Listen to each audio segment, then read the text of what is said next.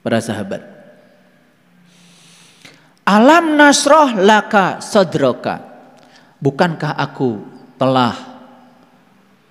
kami telah meninggikan kesadaranmu, bukankah kami telah membukakan kesadaranmu, bukankah kami telah melapangkan kesadaranmu. Jadi kapan kesadaran kita menjadi lapang? Tepat saat kita bisa merasakan kehadiran Dia yang Maha Sadar setiap saat. Lihat orang yang sadar, tidak tertipu. Tahun baru orang bikin rencana macam-macam. Malam tahun baru bikin perayaan macam-macam. Dan sekarang ini hampir semua orang seperti itu. Seakan-akan pergantian tahun itu sesuatu yang luar biasa. Padahal pergantian tahun dengan pergantian malam nanti sama enggak? Sama aja. Yang menciptakan detik itu kita, yang menciptakan menit itu kita, yang menciptakan jam itu kita. Dan semua kesepakatan kok. Makanya ada yang namanya standar waktu. Ada yang namanya standar masa, ada yang namanya standar panjang. Kita bersepakat saja. Dulu orang-orang berkumpul di sebuah tempat, menyepakati 1 meter itu panjangnya mau segimana, disepakati. Supaya 1 meter di Amerika, 1 meter di Arab, 1 meter di Afrika, 1 meter di Australia, 1 meter di Bandung, sarua. Itu kesepakatan kok. Tuhan sendiri tidak pernah ikut campur dengan 1 meter itu panjangnya berapa. Terserah urusan kamu, kata Tuhan. 1 kilo itu mau segede apa? Supaya beli ayam 1 kilo di Amerika dengan beli ayam 1 kilo di Arab sama. Itu kesepakatan. 1 detik itu mau panjangnya berapa lama, itu juga kesepakatan. Apa Tuhan pernah menciptakan 1 detik? Tidak. 1 menit? Tidak. Tuhan hanya menciptakan waktu yang terus berjalan dan tidak bisa dihentikan. Hanya itu saja yang dibuat Tuhan. Apakah umur bumi ini 2022 tahun?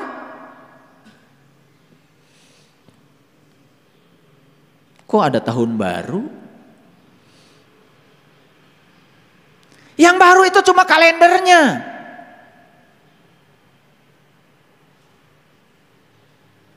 Tidak ada tahun baru. Yang ada itu waktu terus berjalan. Bahkan sekarang saat sedang saya bicara, waktu tidak bisa dihentikan. Yang mana yang baru? Itu nama yang kita berikan saja. Yang ada waktu terus berjalan. Nah, sekarang pertanyaan bagi kita, bukan tahun 2022 mau bikin apa? Pertanyaannya, setiap detik waktu kita berlalu, kita sudah membuat apa? Itu aja. Semua orang bisa beli jam tangan mahal, tetapi tidak semua orang bisa membeli waktu. Tidak ada yang bisa membeli waktu, karena waktu tidak bisa dibeli. Waktu itu tidak bisa dibeli, sedemikian mahalnya. Tidak ada. 1 jam sekian harganya, tidak ada, gak bisa dibeli. Jadi waktu itu siapa sebetulnya? Waktu itu ya dia juga. Ruang itu siapa? Ruang ya dia juga. Ruang dan waktu iya dia juga. Sebetulnya bagi yang sadar. Sekarang tinggal bagaimana kita merasakan kehadirannya setiap saat. Itu saja sebetulnya. Apa tidak boleh saya berniat tahun 2022 ingin berubah? Apa tidak boleh kalau saya ingin 2022 melanjutkan praktek yang lebih baik? Apa tidak boleh tahun 2022 saya punya keinginan untuk mengubah perilaku yang tidak diinginkan? Apa tidak boleh tahun 2022 saya punya tujuan yang akan dicapai? Apa tidak boleh? Boleh, silakan. Bikin tujuan 2022. Dan begitu kita selesai bikin tujuan, maka kita dituntut keras untuk mencapainya, bukan? Bukankah itu penderitaan? Sesaat setelah kita merumuskan tujuan, maka kita pun akan membuat rumusan bagaimana untuk mencapainya. Betul? Terus aja hidup di masa depan dan melupakan saat ini. Apakah tidak boleh membuat daftar rencana dan aksi yang harus dijalankan? Boleh, silahkan aja dicoba. Dan kalau itu tidak tercapai, yang terjadi kita akan mengalami yang namanya kekecewaan. Bukan? Siapa pembuat kecewa itu? Siapa yang menciptakan kecewa itu? Ya kita sendiri yang bikin rencana. Betul. Makanya udahlah, hidup itu sehari-sehari saja. Sehari-sehari saja. Pernah saya menyampaikan kepada para sahabat tentang 7 jalan, dan dianggap oleh para spiritualis sebagai 7 jalan baru. 7 jalan. Kenapa 7? Sebetulnya bisa 10, bisa 12. Tapi 7 aja dulu.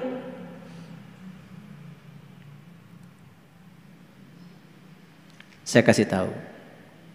Ada nggak orang yang punya prinsip begini? Sekarang saya sudah punya segalanya. Uang punya, harta punya, rumah punya, sawah punya, ladang punya. Sudah punya segalanya. Terus dia pikir, ya sudah, apa yang saya punya saya akan pertahankan supaya tetap ada di tangan saya. Ada nggak orang yang punya prinsip begitu? Pertanyaan berikutnya, bisa jadi orangnya kalian. Betul? Oke. Pernah nggak kita mempertahankan sesuatu agar tetap di tangan kita? Pernah? Hasilnya apa? Hasilnya apa? Hasilnya apa? Hasilnya ternyata yang dipertahankan itu tidak bisa dipertahankan. Akhirnya habis juga. Punya uang 100 juta, kan pasti tiap hari belanja toh? Betul nggak? Iya. Namanya kebutuhan tidak bisa dihentikan. Oh, hari ini harus beli beras, harus beli minyak, harus beli gula. Oh, sabun habis. Oh, listrik belum dibayar. Oh, telepon habis. Oh, pulsa habis, kuota habis. Terus pertahankan 100 juta. Habis? Itulah kebodohan. Itu jalan lama yang sudah membuat kita menderita sebetulnya. Tetapi tidak sedikit orang yang masih ingin berada di jalan lama itu. Kenapa tidak mencoba jalan baru? Ternyata bahagia itu bukan memiliki yang kita ingin, tapi bahagia itu menginginkan terhadap apa yang kita miliki. Saya punya uang 100 juta, bagaimana caranya supaya 100 juta membahagiakan saya juga membahagiakan banyak orang? Gimana caranya? Berbagi bukan? Berbagi bukan? Berbagi bukan? Dan lihat orang yang berbagi, lihat mereka yang berbagi, wajahnya cerah, penuh kebahagiaan, karena bahagia itu pada dasarnya adalah membagikan yang dia miliki, bukan memilikinya. Apa yang terjadi? Tidak ada orang yang berbagi bangkrut, dan tidak ada orang yang berbagi berkurang hartanya. Dan sebaliknya orang-orang yang mempertahankan yang dia punya, suatu saat dia akan mengalami kebangkrutan. Hidupnya semakin sempit. Ini saya menawarkan sebuah jalan baru. Mau nggak kita coba jalan baru ini? Mempertahankan yang dimiliki membuat kita semakin sempit dan jelas tidak bahagia. Ada yang menulis tadi pagi di WA grup kita. Ternyata penderitaan itu berasal dari keinginan agar orang lain membahagiakan kita. Sedangkan kebahagiaan berasal dari keinginan kita ingin membahagiakan orang lain. Apa yang terjadi selama ini? Kita selalu menuntut orang lain membahagiakan kita. Dan saat orang lain tidak membahagiakan kita, kita kecewa. Bukankah pencipta penderitaan adalah kita sendiri? Karena kita menuntut orang lain seperti yang kita mau. Kenapa tidak dibuka jalan baru? Saya tidak mau menuntut orang lain membahagiakan saya, tapi saya akan menuntut diri saya agar saya membahagiakan orang lain. Sudah pasti orang lain membahagiakan kita. Itu jalan yang cerdas. Dan saya tawarkan jalan cerdas ini pada banyak orang, sedikit yang mau mengikuti jalan ini. Sedikit, tidak banyak. Dan saya datang ke sini ingin mengajak para pemberani saja yang mau mencoba. Berani apa tidak? Yang penakut jangan. Ya. Yang kalau memberi pada orang lain harus membalas kebaikan saya, jangan, itu penakut. Jangan. Kalau saya mengeluarkan uang 100.000, maka Allah akan lipatkan 700 kali sesuai dengan ayat Quran. Jangan, ayat itu tidak berlaku di sini. Mereka yang masih transaksi kepada Allah, banyak kan? Banyak. Ujungnya apa? Dahsyatnya sedekah. Ujungnya bangkrut semua. Begitu kita sedekah, tidak sesuai dengan kata sedekah, itu kan dari sidik. Sidik itu artinya benar. Tindakannya tidak benar. Sudah ada muatan, ada niat yang tidak benar. Bangkrut deh. Saya akan keluarkan 100.000 supaya oleh Allah dikalikan 700 kali. Jadi uang saya jadi 700 kali 100.000. Bangkrut deh. Karena Allah katakan dalam Al-Quran, wa ahsin kama ahsanallahu ilaika. Berbuat baik itu harus seperti aku berbuat baik kepada kamu. Aku tidak pernah menghitung apa yang harus kamu berikan kepada aku. Cobalah kamu belajar untuk berbuat baik seperti aku berbuat baik kepada kamu. Itu yang disebutnya tahaluk bi ahlakillah. Makanya Allah di Quran menamakan dirinya, mensimbolkan dirinya dengan matahari. Karena matahari itu lihat. Satu, matahari itu pagi-pagi tidak pernah terlambat untuk bangun pagi. Bahkan matahari itu tidak pernah menunggu kalian bangun untuk menyinari. Kalian mau bangun atau tidak bangun, dia tetap saja bangun pagi. Pada waktunya dia tetap saja bersinar. Dan ketika dia bersinar, dia pun tidak peduli. Saya akan menyinari yang memuja saja aja, kata matahari. Yang masih tidur tidak akan aku sinari. Dia tidak disinari bukan karena matahari tidak menyinari dia. Dia bersembunyi di tempat tidurnya. Maka tidak kebagian matahari. Matahari tidak pernah tidak membagikan sinarnya pada semuanya. Matahari tidak pernah pilih kasih. Dan dia membagikan sinarnya, cukup membagikan saja. Tidak pernah berpikir apa yang kita bisa berikan buat matahari. Betul? Betul apa tidak?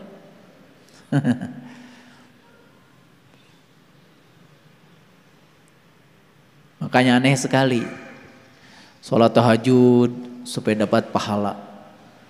Sholat duha supaya dapat pahala. Lagian ada lagi yang bagi-bagi pahala di mana-mana ya. Baca Quran 1 huruf dapat pahala. Udah gitu nggak ngerti lagi yang dibaca.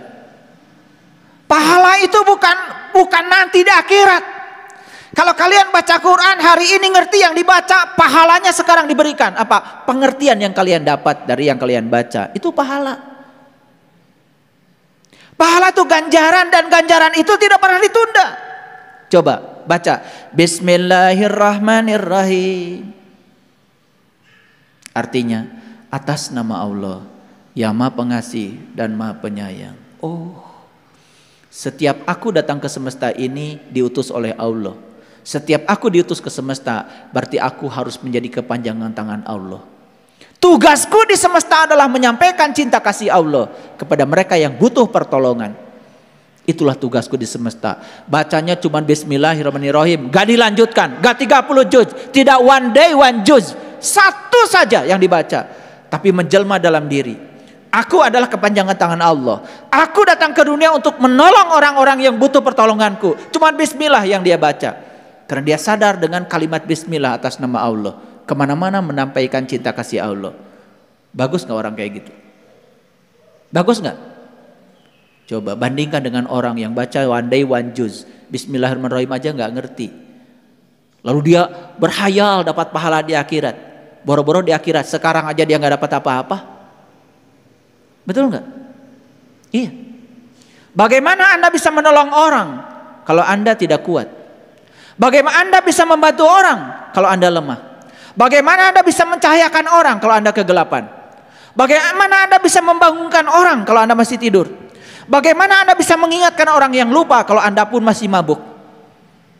Bagaimana Anda bisa mengantarkan orang lain untuk berani kalau Anda pun masih penakut? Takut menghadapi kehidupan, takut menghadapi kematian karena Anda tidak tahu jati diri Anda yang sebenarnya. Hidup macam apa yang seperti itu? Hanya menunggu waktu untuk mati, tidak ada artinya. Itulah kita pentingnya mengalami hari kelahiran yang kedua, hari kebangkitan. Hari kebangkitan itu bukan nanti setelah kiamat. Hari kebangkitan itu sekarang, di sini, saat ini, sekarang. Ayo bangkit. Bangkit dari ketidaksadaran. Jadilah orang-orang yang sadar.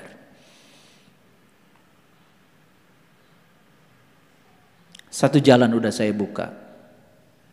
Coba, satu jalan ini kalau kita terapkan dalam hidup, luar biasa. Apa jalan pertama ini? Biasanya kita mempertahankan yang kita miliki. Mulai sekarang, bagikan yang kita miliki. Lihat jalan baru ini ketika dijalani. Lihat jalan baru ini ketika dijalani, apa yang terjadi. Ini jalan yang sangat dahsyat. Itu cocok dengan ayat yang tadi. Alam nasroh laka sodroka.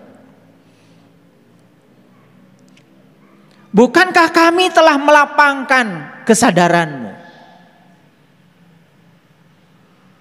Nih, saya buka kesadarannya.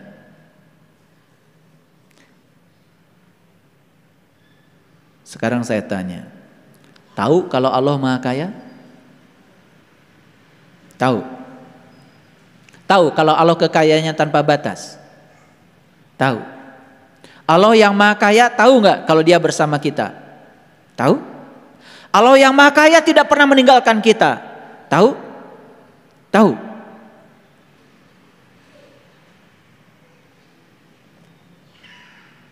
Tetapi saat kita mau berbagi, ada perasaan dalam diri kita, kalau saya bagikan gimana? Nanti saya kekurangan dong. Kalau saya bagikan gimana? Gak cukup dong buat saya. Berlawanan? Berlawanan? Jadi keyakinan yang semacam itu yang ada di mulut kita mengatakan tadi, saya tahu Allah Maha Kaya, saya tahu Allah yang Maha Kaya bersama saya tahu Allah Maha Kaya meliputi saya. Tetapi giliran berbuat berbeda dengan keyakinan. Sebenarnya kalian tuh tidak berkeyakinan apa-apa.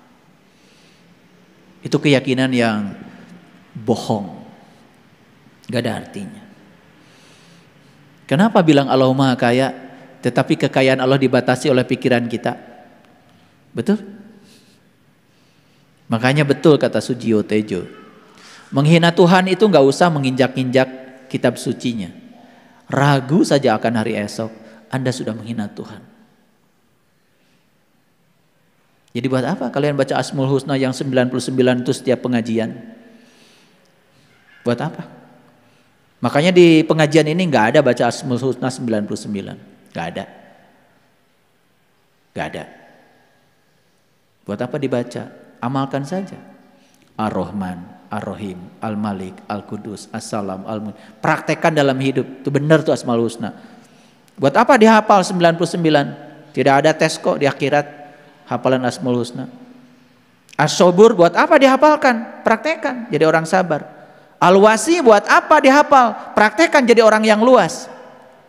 Al-Latif praktekkan jadilah orang yang lembut. Buat apa baca Al-Latif setiap saat tapi masih keras kepala, masih kasar kata-katanya pada orang lain? Buat apa? Baru satu ayat yang pertama. Yang kedua, jalan baru yang kedua. Sering mengeluh kalau orang lain membenci kita? Sering mengeluh kalau orang lain tidak sayang sama kita? Sering mengeluh kalau pasangan hidup tidak peduli pada kita? Sering? Terus aja keluhkan. Terus aja keluhkan. Dagangkan semuanya. Semua yang kalian keluhkan akan datang bertubi-tubi. Kenapa? Karena kalian memaksakan cinta. Memaksa orang lain untuk mencintai kamu. Kenapa tidak dirubah jalan baru?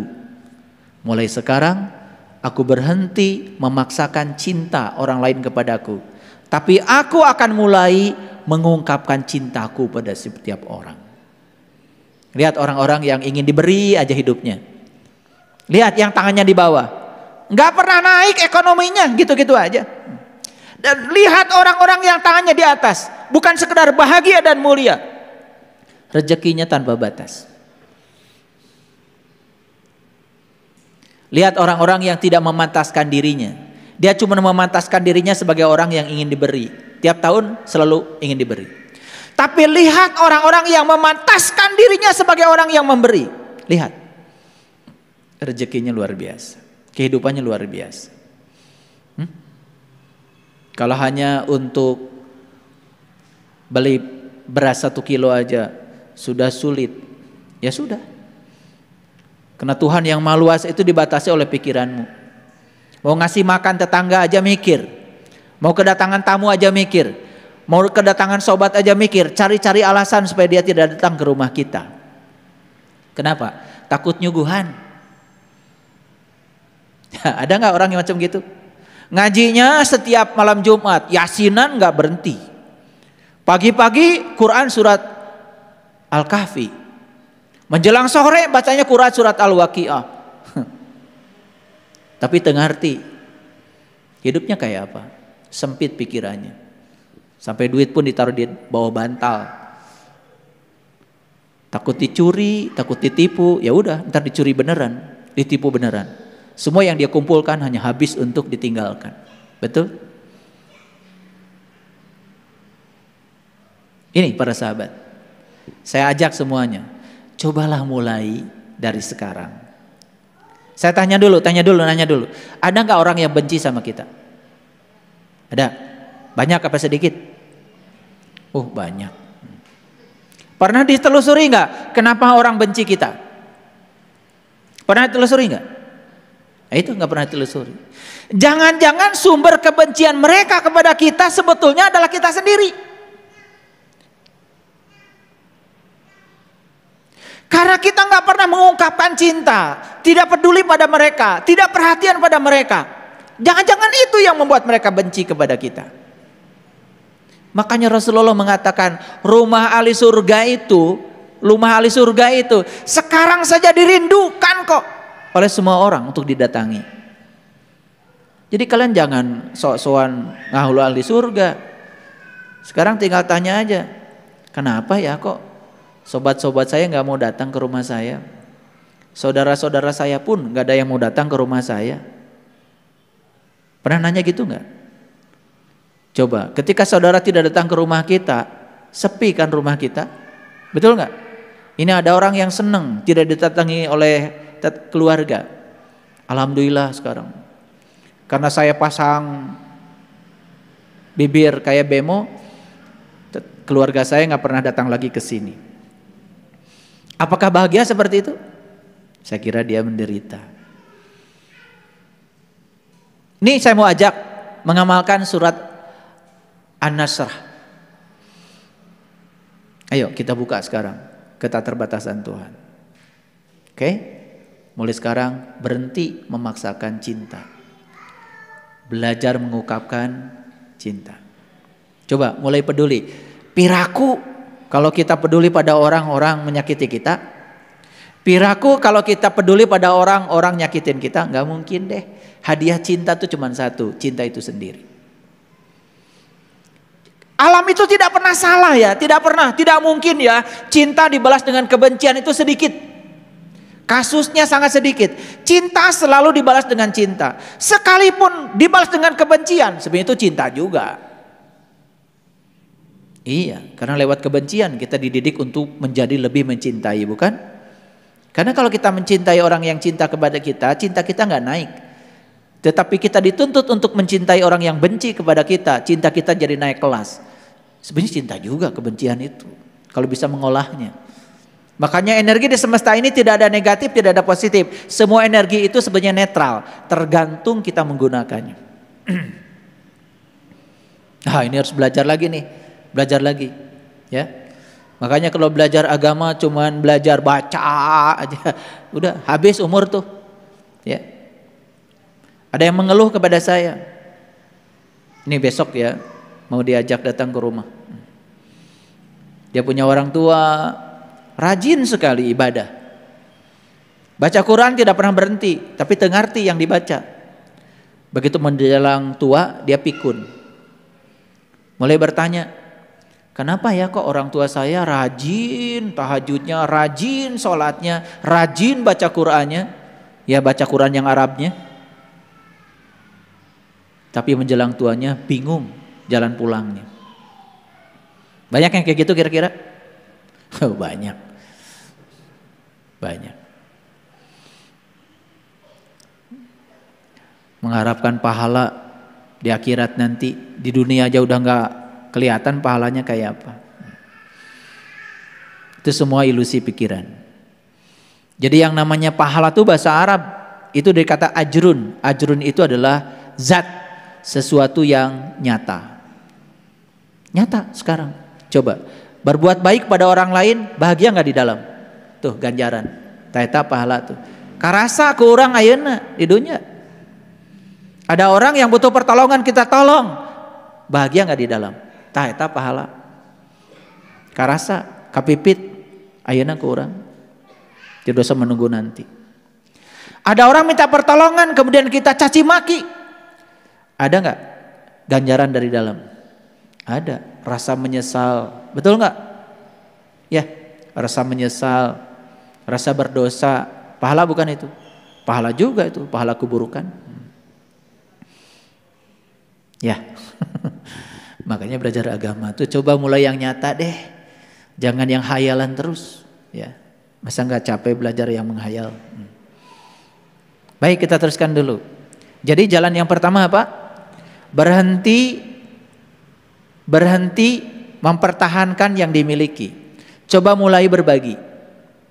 Latihan dulu dikit-dikit, nggak usah tiba-tiba jadi dermawan beneran. Ya udahlah, jadi dermawan yang kecil-kecilan dulu. Dan itu harus dilatih. Harus dilatih. Perhatikan ya, begitu kita punya niat untuk berbagi, hati-hati.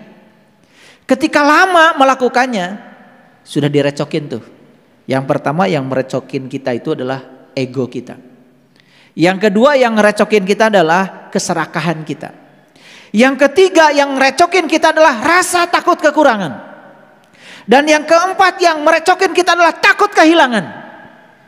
Ayo, percaya atau tidak? Gini. Niat mau memberi sesuatu pada orang, dilambatin dikit aja. Dilambatin dikit. Ah, besok aja. Nah, udah mulai menunda tuh. Nah, perhatikan. Dari sekarang sampai besok itu, yang 4 itu datang itu. Yang pertama ego. Ego itu pikiran. Kata pikiran, enak aja, nyari aja setengah mati.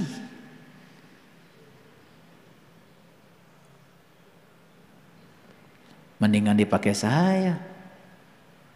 Udah deh. Cukup? Gak cukup. Datang yang kedua apa? Keserakahan. Rasa memiliki ingin lebih dari yang ada. Muncul itu? Ayo praktekan. Ini saya bicara pengalaman. Berikutnya yang datang lagi apa? Takut kekurangan. Kalau saya berikan ini gimana saya ya? Mulai itu datang. Dan yang luar biasa itu adalah takut kehilangan yang kita miliki. 4 itu cukup gak untuk menghentikan niat tadi? Cukup? Akhirnya besok jadi memberi. Jadi itu jadi. Nah, saya kasih tahu. Sudah ada niat baik mau berbagi, mulai direcokin yang 4 tadi. Saya kasih tahu ilmunya. Tarik napas dalam-dalam. Tahan. Buang perlahan. Tarik lagi napas dalam-dalam. Tahan. Buang perlahan. Tarik lagi napas dalam-dalam. Sambil meminta aku hadirkan energi ilahi tanpa batas ke dalam diriku. Respon kita akan berubah. Perhatikan saya, respon kita akan berubah. Timbul satu kesadaran.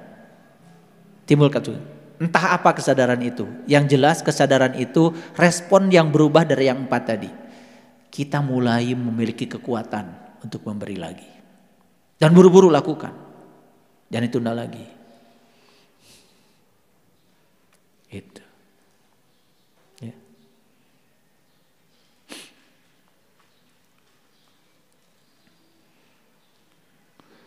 Udah niat mau ngasih 400, diutil 50. Kagok atuh. Diutil lagi 50. Tung-tung nama 50. Itu karena yang 4 mulai ngerecokin itu. Sok kalau nggak percaya sama saya, benar gak yang 4 tuh datang? 1 apa? Ego. Ego tuh diri palsu. Si pikiran mulai terjebak benar salah. Pikiran mulai sibuk dengan baik buruk. Udah mulai. Yang kedua yang akan datang adalah keserakahan. Ingin memiliki lebih. Dan yang ketiga adalah takut kekurangan. Ayo. Buktikan. Dan yang keempat lebih dalam lagi adalah takut kehilangan. Sudah terjadi? Terjadi. Gimana caranya? Cara melatihnya? Sederhana. Supaya mendapatkan kelapangan tadi itu gak cukup sebetulnya.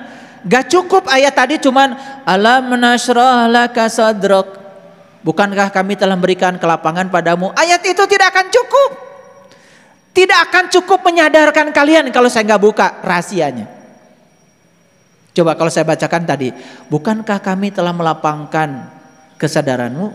Apa yang didapat dari kajian kita hari ini? Apa? Nggak dapat. Paling juga nanti sholat, oh tadi dibaca alam nasroh. Nanti kalau sholat saya mau baca alam nasroh aja. Dibaca lagi, alam nasroh laka sadrak. Gak ada energinya.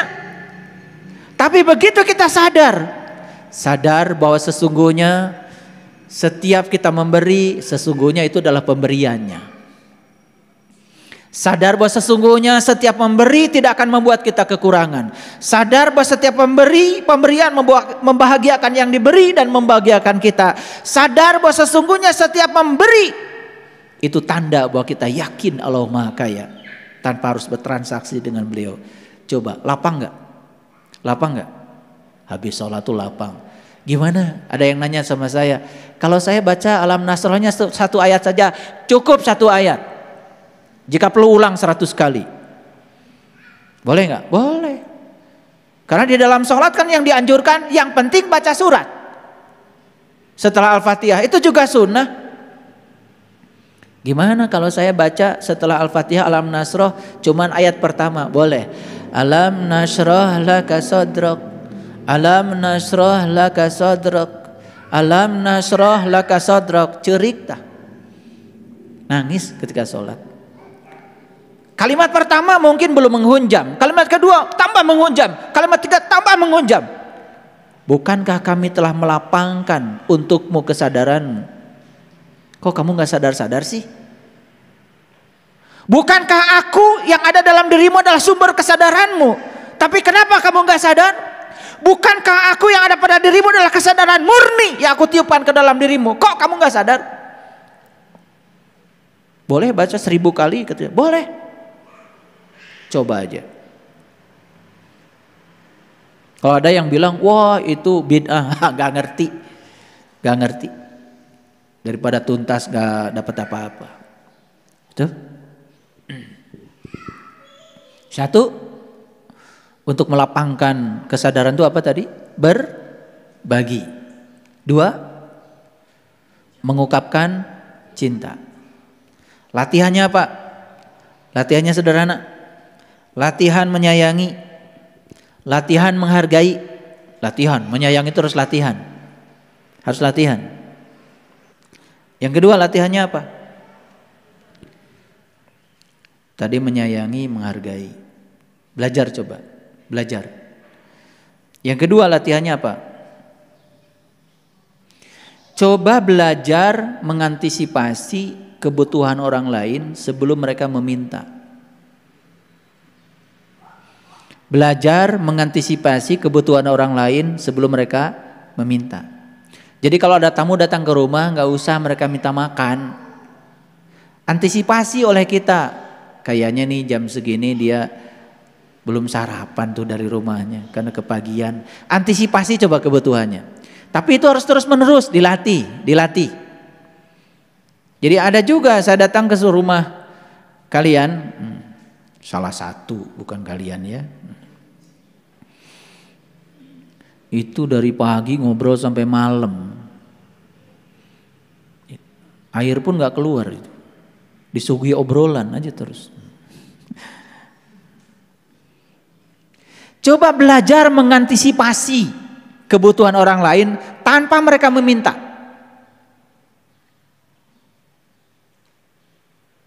Jadi kalau orang itu mau pulang jangan ditanya gado ongkos te, jangan. Rek mere mah mere we. Dan nanti kalau ditanya punya ongkos apa tidak, jangan-jangan dia cuman sebetulnya nggak punya ongkos, cuman nggak enak mau ngomong nggak punya. Bisa jadi ada orang begitu. Nanti nyesel loh ketika ketemu di jalan, kita naik mobil dia lagi jalan, aduh tadi kenapa ditanya. Begitu dia lagi jalan udah jauh, kita turun dari rumah pakai mobil, duh dia baru sampai sini, ternyata nggak punya ongkos. Nyesel nggak pasti? Itu akan disiksa perasaan kita dari dalam. Aduh, nah ditanya. Kan ada orang yang yang berperasaan seperti itu. Di bumi gaduh beas ente, jangan. Rek mere beas mah mere we. Ngerti enggak? Jadi kalau mau ngasih mobil sama saya nggak usah tanya. Kalian mau ngasih mobil aja nanya dulu sama saya. Mobil ayah guru apa ya? Nggak usah. Kalau mau nanya yang belum punya merek apa? Boleh. Jadi kalau mau ngasih jangan pakai nanya, nggak usah. Ngasih aja. Jadi kalau mau ngasih sarapan pagi nggak usah ditanya, atau sarapan tacan, nggak usah. Siapkan aja sarapannya. Demi singgah sarapan kupat tahu ge sok di suguhan langkung raos mah. Ada kul deui. Nggak apa-apa tuh kan kebahagiaan. Itu. Inilah saya kasih tahu lah. Jangan banyak basa-basi kalau ingin berbagi. Ya, banyak basa-basi itu ujungnya jadi basi.